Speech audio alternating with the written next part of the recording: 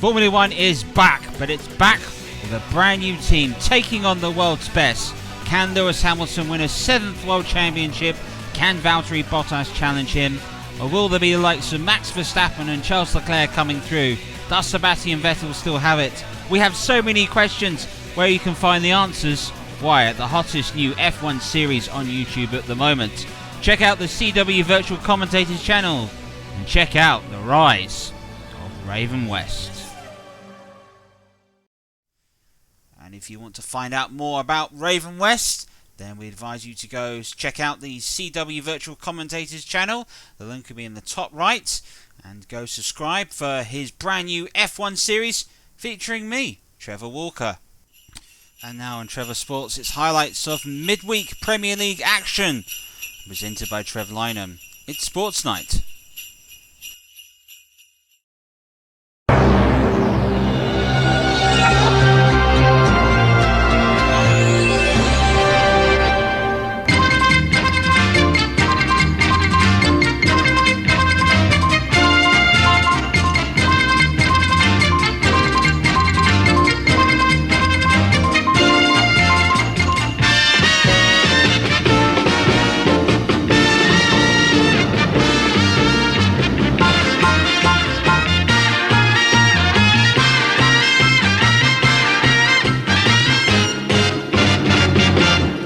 Good evening. Tonight on Sports Night, we've got you extending highlights between a real top table clash between Liverpool and Tottenham Hotspur. We've also got you action between the other games played this week, but first we'll go over to Anfield. Liverpool have been this league's runaway leaders in recent years. This season was threatening to go that way. Tottenham Hotspur have blown hot or cold at the moment. We're hoping to bounce back after their defeat to Crystal Palace. Your commentator at Anfield is Trevor Motson. Well, here we are at Anfield as first takes on fourth in the Premier League. Tottenham Hotspur, the visitors to Anfield tonight. A much changed Spurs lineup as I'll guide you through in a second. But listen to the noise as both sets of players come out. The Anfield roar is very much evidence. There's 55,000 here at Anfield this evening, hoping for a Liverpool victory. They're only a point clear of Manchester United, of course. If they drop points and United win, United will go top, or will go top of the league. And of course they've got an inferior goal difference to Manchester United. And with no Champions League football until February and no FA Cup until January, Jurgen Klopp now for the rest of this month can really concentrate on the Premier League. And it is reflected in Jurgen Klopp's selection that he's gone with his full strength lineup. Mane, Firmino and Salah, you know what you get. Henderson, Thiago and Fabinho, the midfield three, and it's the first choice back four and goalkeeper. Very strong from Klopp. As for Jose Mourinho, well, with 3 games in just under 6 days, he had to make changes, notably in the forward line with Moura on the right-hand side of that 3-man attack and Lo Celso in behind Harry Kane.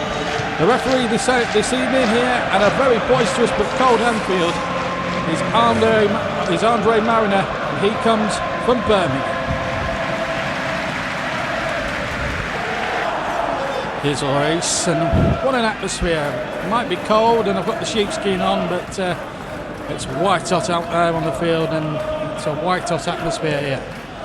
A long ball played up there towards Harry Kane, but an easy one there for Alisson. Liverpool, as I say, all in red, Spurs in white with dark blue shorts, so they're both in traditional colours today. 2 of the top flight's more longer serving members. Here's Henderson getting it forward now for Liverpool. To Mo Salah. Spurs, incidentally, have not won the top flight since 1961. Here's Mane with a shot. Oh, he's hit the bar.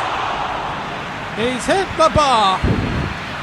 And I tell you what, Liverpool making a magnificent start. 9 minutes on the clock. There was the all played in. And look at this, a right foot rasper from Sadio Mane that just bangs off for crossbar. And when you see it inside the goal, look at the camera shaking there as that ball rebounded off the bar. And apart from that chance with Mane, the first 20 minutes has been okay, not too bad. Plenty of midfield battles being won and lost, as you'd expect, as Son dispossesses Trent Alexander-Arnold. Højbjerg. Nuno looking Hands on hips at the moment, the Tottenham manager. Any surprises? This is Sergio Aurier, the right back. And Spurs having to play Europa League and then a Premier League match against Crystal Palace, and then here tonight on a Wednesday night, 3 games in 6 days. It's quite a task as Kane hits the shot just wide. Lovely football this with Spurs. Nice 1-2 touch stuff here along the deck. Nice turn away from Gomez there from Kane, but the shot just lacking in accuracy there. With 23 minutes almost gone, so essentially now we're halfway through the first half here at Anfield, and still been a terrific watch despite it being goalless this far, but there's still a long way to go in this game yet. Here's Mane now to Robertson. Takes on Aurier, who's got the initial cross and then tries to chase the ball down, but Mane's won the battle in the race, and that's a lovely volley from Robertson and a free header from Firmino, and tremendous one-handed save from Lloris, and you'll see it again now. Here it is again. Credit to Mane there for chasing what looked a lost cause. Andy Robertson with the ball in, a terrific header that looked all the way to be a goal, but Lloris sticks out a big right hand and palms it away. We've had over half an hour still. Liverpool 0, Tottenham 0. Alexander-Arnold getting the better of Son that time, and here's Henderson. Thiago. Liverpool can ill afford to drop points. Spurs want to get a win themselves to get their Premier League challenge back up and running, and another fine ball in there, and last time Firmino couldn't get on the end of it. But Robertson putting in some wonderful crosses. 4 minutes to half time, and it's been even Steven thus far, but still a long way to go. Aurier now for Spurs. Mora for Spurs. Of course, they've got Ali and Bale on the bench. Spurs lead them a little bit later on, and that's a dangerous cross, but well dealt with again by the Brazilian Alisson in the Liverpool goal. Really looked too short. Into the second half, and Lucas has got off and Bale is on. And here comes the corner then after all that activity on the subs bench. Here's Salah from the corner. Might drop to Firmino. Thiago's in there. Firmino, Liverpool crowd expect. Did well to keep his feet. Mane's in there, gets his shot off. A little tamer perhaps. It was an easy one there for Hugo Lloris. Henderson. Oh, nice play. Bobby Firmino taking it down well. Trying to get Salah on his way, but Reguilon gets it back. That was confidence personified there by the Spurs left back, and not a bad kick either from Hugo Lloris, but Kane has lost possession. England captain. Gomez. Coutinho. Thiago. Oh, lovely flick there around the corner. Robertson. And then what can the Scot do again for Liverpool? Here's Mane. Laid in there for Salah. Big chance this. Oh, just wide. Well, it hit the back of the net, but the wrong side. Lloris is absolutely fuming with his defenders there for not closing the Liverpool attack down there. Didn't get enough bodies close to Salah, who shot just wide, and no wonder Lloris was berated his teammates. Hojbjerg. Oh, some nice chip ball if he can find Reguilon, and he has done. Kane has got the ball. Repair on, anything could happen here for Tottenham. Sissoko. Spurs in fact don't have a very good record here at Anfield. No foul there. Mariner of Birmingham was Johnny on the spot. Spurs might feel a little hard done by, but they have possession here. Here's Gareth Bale from Kane's pass, and he tried to lay it on to Kane, and then Bale gets it back a second time, and an easy save there for Alisson. Well, the goalkeepers are earning their money, that's for sure. Oh, that's a good ball from Van Dijk into the path of Alexander-Arnold. 25 minutes to play, and still time for a winning goal here. Bobby Firmino. Oh, just couldn't find Mane there. That was a lovely idea from Liverpool, but I have to say, we might have had no goals this far, but the pass and move from both sides has been an absolute pleasure to watch. Playing football the way it should be played on the deck, not up in the clouds, as Brian Clough once said. We don't play football in the clouds. That was his words. Sorely missed, not just in football, but in the world as well. Anyway, back to the present day, and here's Sissoko now with 23 minutes to go. We've had 67 minutes. Bale into Kane. Kane bundled there, and the referee, Andre Mariner, deciding that's a free kick. And he's nodding his head against Liverpool protests who think that Kane made a little bit of a meal of it, but I think he was shoulder charged illegally. Let's have a look at it again on the replay. Yeah, just a little bit rough and tumble there. But it gives Harry Kane a chance. Sonny's there too. Almost dead central as Kane hits it. Oh, he's hit the bar! He's hit the bar. That's twice now, bro. That same bar's been hit. First from Mane in the first half of Liverpool. Now Kane from the free kick. Not so. Spurs are not finished yet. Sissoko again. Turning into trouble, but Lo Celso has been found. And now a chance here for Reguilon to run at his man. That's Mo Salah, incidentally, with him. Højbjerg. Reguilon. Højbjerg again. Into Bale. Gareth Bale. Charged away. Here's Son Heung-min. Giovanni Lo Celso. Here's Gareth Bale once more. Into Harry Kane. And Kane might get through. He goes down. And he wants a penalty, but Andre Mariner is not going to give it. This is the free kick that pinged right off the crossbar with the goalkeeper completely and utterly stranded. Another inch or two lower, and that was 1-0 Tottenham. Quarter of an hour to play. Dyer. Højbjerg. Lo Celso. Son.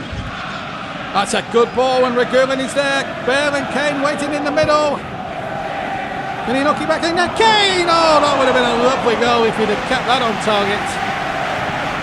Well, he scored some picturesque goals in his Tottenham career, Harry Kane, and that would have been up there if he had managed to not only execute it well on the volley, but keep it down as well and beat the goalkeeper. Would have been some goal, that. Still remains goalless. 13 to play. Certainly Spurs have had the better of the last sort of 10 minutes or so, but here's Bobby Firmino on the break. Liverpool are still a dangerous side when their backs are against the walls, as we saw against Ajax a couple of weeks ago when I was there here for the same programme, Sportsnight, in the Champions League. Here's Robertson again. Boxed in by two Tottenham defenders.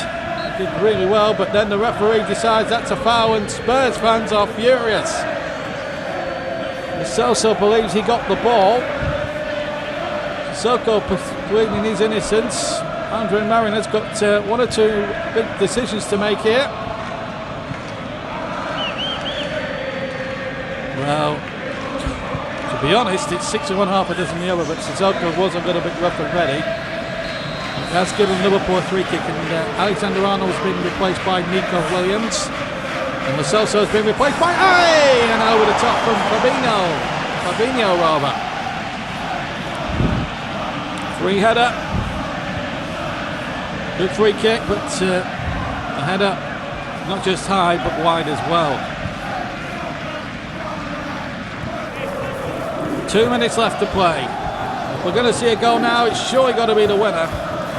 At the moment, Liverpool in danger of possibly, considering if Manchester United get a result at Sheffield United, you'll be able to find out how they got on at Bramall Lane later on Sportsnight.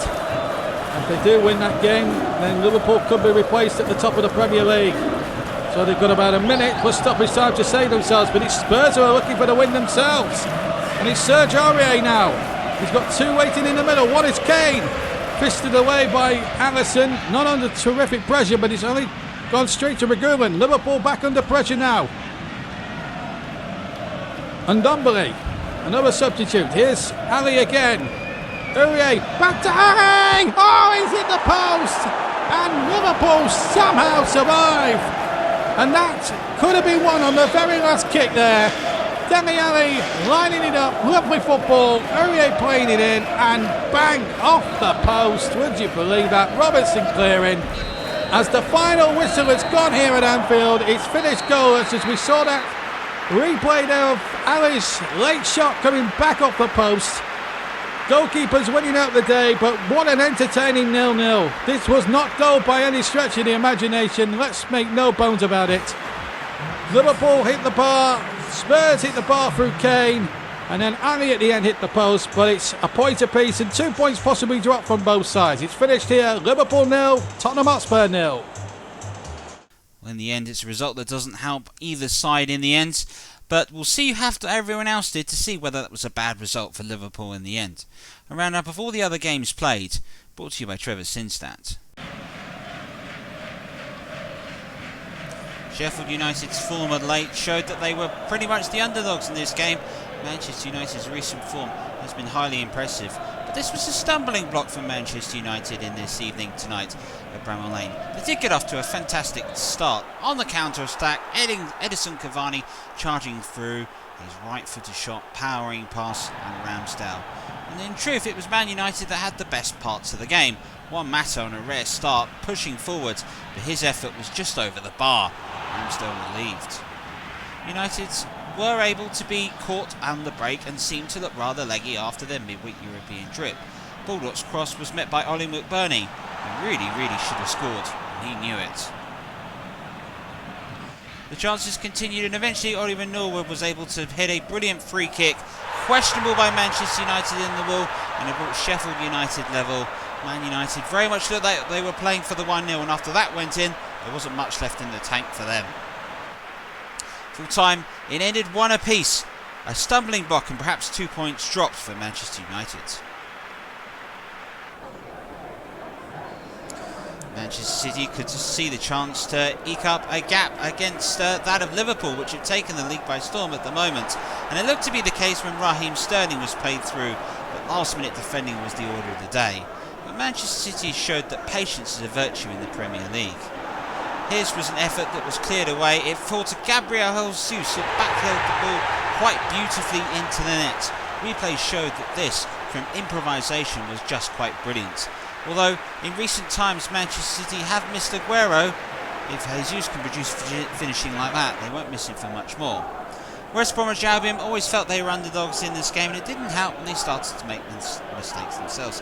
El Ghazi's ball was knocked out and met by Riyad Mahrez, who hit it first time and coolly slotted home. Riyad Mahrez, I have to say, had a fantastic game, and he's starting to really come to form for Manchester City this season. Phil Foden was on the starting sheet for Manchester City and continued to make chances, as did Raheem Sterling. Very unlucky there for Sterling, known for his ability to shoot from there. Manchester City continued to make chances, and Riyad Mahrez was put through quite brilliantly again, one-on-one this time, but somehow the radar was just off. But City continued to force pressure after pressure, and despite a brilliant bit of goalkeeping, were denied by time and time again by Johnson, who was the one West Bromwich Albion player to really show his hand in the game. The City continued to force opportunities and chances and started to look a bit like the side which had dominated English football in recent times. Phil Foden found his way through to a wonderful attempt which just narrowly wide of the post. The City were able to go ahead and get themselves another goal. Good work by Sterling, passing the ball back to İlkay Gündoğan, ghosting in between the two centre-halves with Riyad Mahrez. The advantage of the centre-forward that can play wide was in full effect here, and Manchester City were goals ahead. But there was to be more action in this match, which was a thoroughly dominant performance at the Etihad. İlkay Gündoğan hit an absolutely fantastic free kick, which the goalkeeper had no chance to save.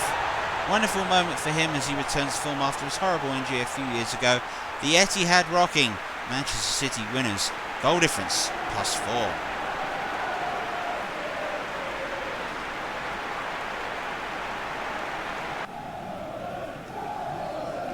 Chelsea had a tough trip away to Wolverhampton Wanderers, but in the 5th round of the FA Cup on a replay they were able to win by a goal to 0 here. And similar thing was struck twice, except this time the goal wasn't scored early, it was scored much later into the match. Chelsea in truth did have the majority of the play, Christian Pulisic's volley just flying over Patricio's bar. Chelsea continued to fall chances forward, and this season they are just starting to come together as a side that really can force, and one of those players that's starting to really show his hand is young Billy Gilmour. This effort by his that was saved excellently by Patricio, Pulisic's effort probably wasn't much to write home about. Chelsea continued to fall chances, and Tammy Abraham played in Callum Hudson-Odoi, who took a touch too many, and that just allowed Patricio to dive in. Perhaps over time, if Callum Hudson-Odoi can get into the ball in the back of net from those situations, what a player he is going to turn out to be. Hudson-Odoi here with his wonderful Rabona crossing for Tammy Abraham, his great mate, but the header flying over the bar. Replays just showed us the real quality and skill that this young man has for Chelsea, and it's always lovely to see a Rabona cross, even if this came, the finish wasn't quite up to the skill of the pass. Chelsea continued their chances in the second half. Ben Chilwell getting forward for them was a constant menace. Abraham's ball found Callum Hudson-Odoi, and a late goal for Chelsea settled the match. Wonderful moment for them, and a great moment for Chelsea in this season. Starting to come to the ball and starting to make their way up the table. Or so they thought.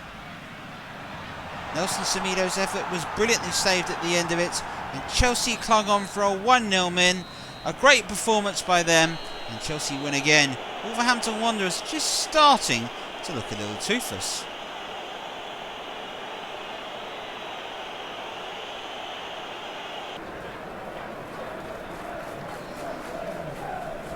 Everton and Leicester City are two sides looking to get out of the mid-table run and get forward in the league season. And at the moment this season, it was Everton that made a great start, but it's Leicester again showing their quality in the Premier League this season. However, the quality wasn't quite there on Yuri Tielemans' early effort, but was well saved by Jordan Pickford. Everton continued to move forward, and Luca Digges looked to be a real quality playing at left back. Gylfi Sigurdsson was playing this time for James Rodriguez, and his header was just past Kasper Schmeichel's.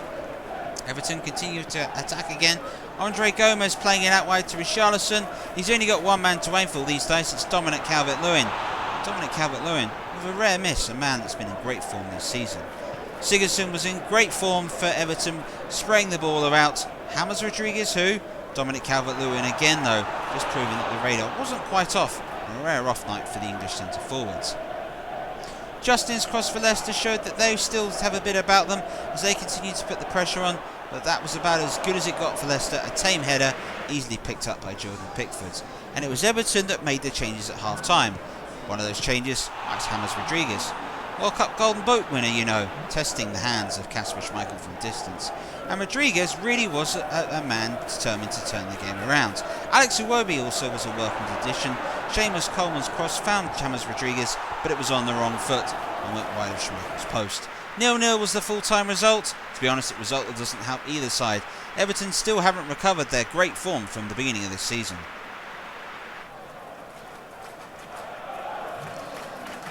A real six-pointer already this early into the bottom of the table clash between Brighton and Fulham, and it showed it in the drama already taking place. Aaron Knockaert again, his left-footed drive just whizzing past that of Matthew Ryan. But it was Brighton that showed that they've started to find themselves a little bit of form. This wonderful pass through to Danny Welbeck, perhaps showing why he never quite made it all the way for for Manchester United and Arsenal. Not quite as clinical as you'd expect from a player that has played at the highest level. Charlotto starting to find a bit of form, and his great cross found Neil Maupay, but the header itself was rather tame and weak effort, and Areola can only berate his defenders for allowing the chance through. But it was Brighton that ended up having more of the opportunities, and it was well taken goal in the end that won the match by Neil Maupay. A right-footed chance that opened it up for him on his left, and the finish was absolutely magnificent, and Brighton took a 1-0 lead at Craven Cottage, a lead they were to hold for the rest of the game. A real dent in Fulham's survival hopes, and Brighton continue their recovery.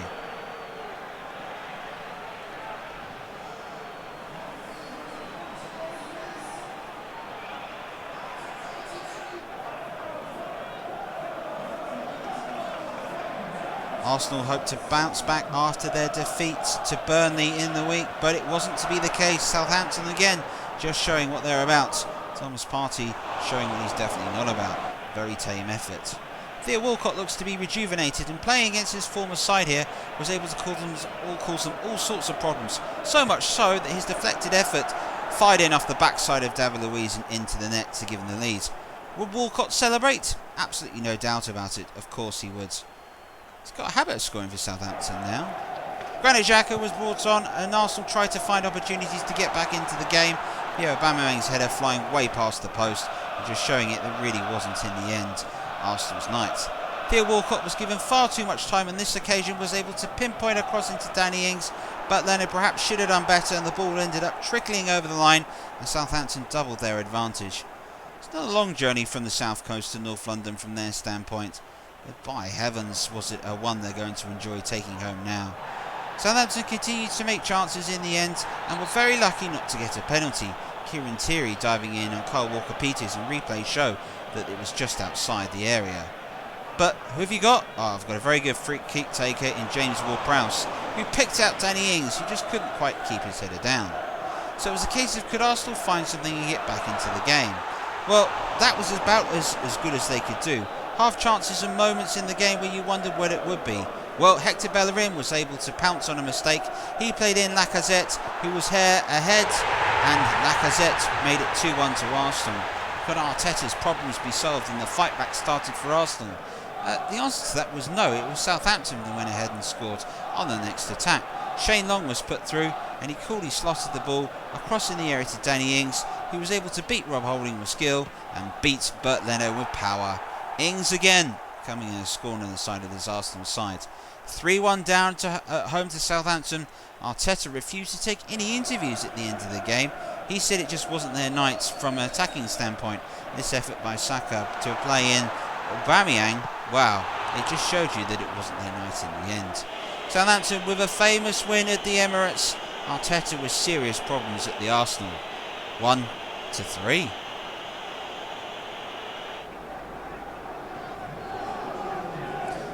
Burnley knew that Aston Villa can blow hot and cold this season. Well, the first half of this game, it was the Aston Villa that we've seen on Matchday quite a few times. Ollie Watkins diving to head home from a target cross and give Aston Villa an early lead. Aston Villa were able to double their lead not long. Ollie Watkins was able to play through Jack Grealish, whose touch was magnificent and the finish was as cool as you can get. Grealish with a fine goal and doubled Aston Villa's lead on a night in which they thoroughly dominated the boys from Turf Moor. Jordan Oslock away now. Robbie Brady was able to put a ball into the area, and this just shows you the advantage of Villa's front three and their ability to counter-attack. Watkins here, and look at this pass to Jack Grealish. Now, how about this for a finish? Lovely little pass back to Watkins. These really are players that are absolutely on sync. A lovely little cheeky pass across. Watkins with perhaps his easiest goal of the season. Looks to be a decent signing, it must be said, from Brentford. Grealish continued to cause problems for the Burnley defence along with Matt Targett, and in the end it was Trezeguet that was able to get the fourth goal. It was 4-0 before half-time and effectively game over. But for some reason Aston Villa didn't show up in the second half, and Burnley had the sniff of a fight back, especially when they scored early in the second half. Robbie Brady's cross was headed in by Ashley Barnes. A corner by Robbie Brady this time was met by Barnes, wasn't cleared by Tyrone Mings, and Ashley Westwood was able to finish from close range. And at 4-2 you were seriously asking questions and wondering, could we have one of the comebacks of the century happening? The answer to that sadly was no. In the end, Burnley just didn't quite have enough to score again, although they did continue to make chances. Robbie Brady's cross was met at the far post by Jay Rodriguez, but the header was miles over the bar. From a man that once scored 20 goals in the Premier League, he'll think he should be able to do a lot more, as was Chris Woods, who made chances but wasn't able to take them again. The former Leeds man here, very unlucky with his deflected effort that just bounced over the bar. Had things gone their way, Burnley may even have equalised, may even have won it, but in the end, just goes to show you when Cork's header flies 3 feet wide of the post. 4-2 to Aston Villa again. They should win a World Cup with that scoreline at the moment. Leeds United hosted Newcastle United, and Leeds at the moment have been a side playing some great football at the moment in the Premier League. Really has been perhaps as good a start to a side we've seen freshly promoted in many a year. And a centre forward that really is showing his hand at the moment is Patrick Bamford. A fine finish by he, and he celebrated a night in which Leeds United played some excellent football. It was Bamford who was the instigator of everything brilliant for them. Jack Harrison's return to the side, well, he's shown you that with his cool, calm finish. The young man there capitalising on his partnership with Bamford and Costa is keeping Rafinha and Rodrigo out of the starting 11. Of course, brought in after Rodrigo's injury, which hasn't been too terminal. Rafinha tried to make it 3 when he was brought on, Nice curling effort just going wide. But Newcastle United have John Joe Shelvey and have men in the box. They just can't hit the target at the moment. Alan Saint-Maxime just showing us heading skills aren't quite up to the mark. For Leeds United, they've got Jack Harrison, and he was very unlucky there. Definitely seizing his chance and showing us just what he can do. And Harrison combining again here with Bamford found Rafinha for one of the coolest finishes you're going to see this season. His touch was perfect, the control was majestic, and Leeds United were 3 to the goods. Former Stade Roadman showing his class at the moment for Leeds United. Joe Linton brought into the Newcastle United side, did fashion a chance, fashioned to hit it high, wide and handsome, past that straightening hands of Ian Meisler. Fraser, former Bournemouth fan, brought into the Newcastle United side, started to make chances for them, found Sean Longstaff that was able to turn and finish and get one back for Newcastle United. Being in, it was nothing more than consolation for them. They were well beaten at Ellen Road this evening. Newcastle United did try to force more pressure again. Alan Saint-Maxime's header again flying over the bar. Andy Carroll wondering, had that dropped to me, could I have taken it? And it was Carroll again that came close with this volley that was blocked. And then John Joe Shelvey again hitting a volley feet either side of the goalkeeper, and it might have changed. Newcastle United continued to put the pressure on, but were denied by a great save again and again by the Leeds United goalkeeper. Perhaps Steve Bruce will take heart from the fact that his side really put in a good shift, but just met by an outstanding performance by the goalkeeper. This save from Andy Carroll is perhaps, or maybe, a candidate for saves of the season. In its reaction time and the ability to reach and grab from here was just simply outstanding. That is Gordon Banks' and that was enough to make sure Leeds won this game. Defensively, a bit more work to do for Leeds, but offensively they're quite fantastic, and Ellen Road is starting to be a bit of a fortress for them.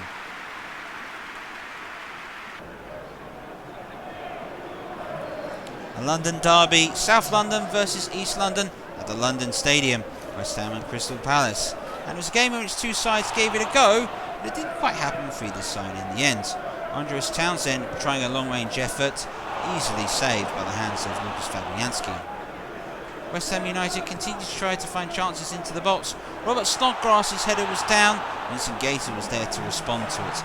A good save, a game which was really lacking quality. It was 0-0 here.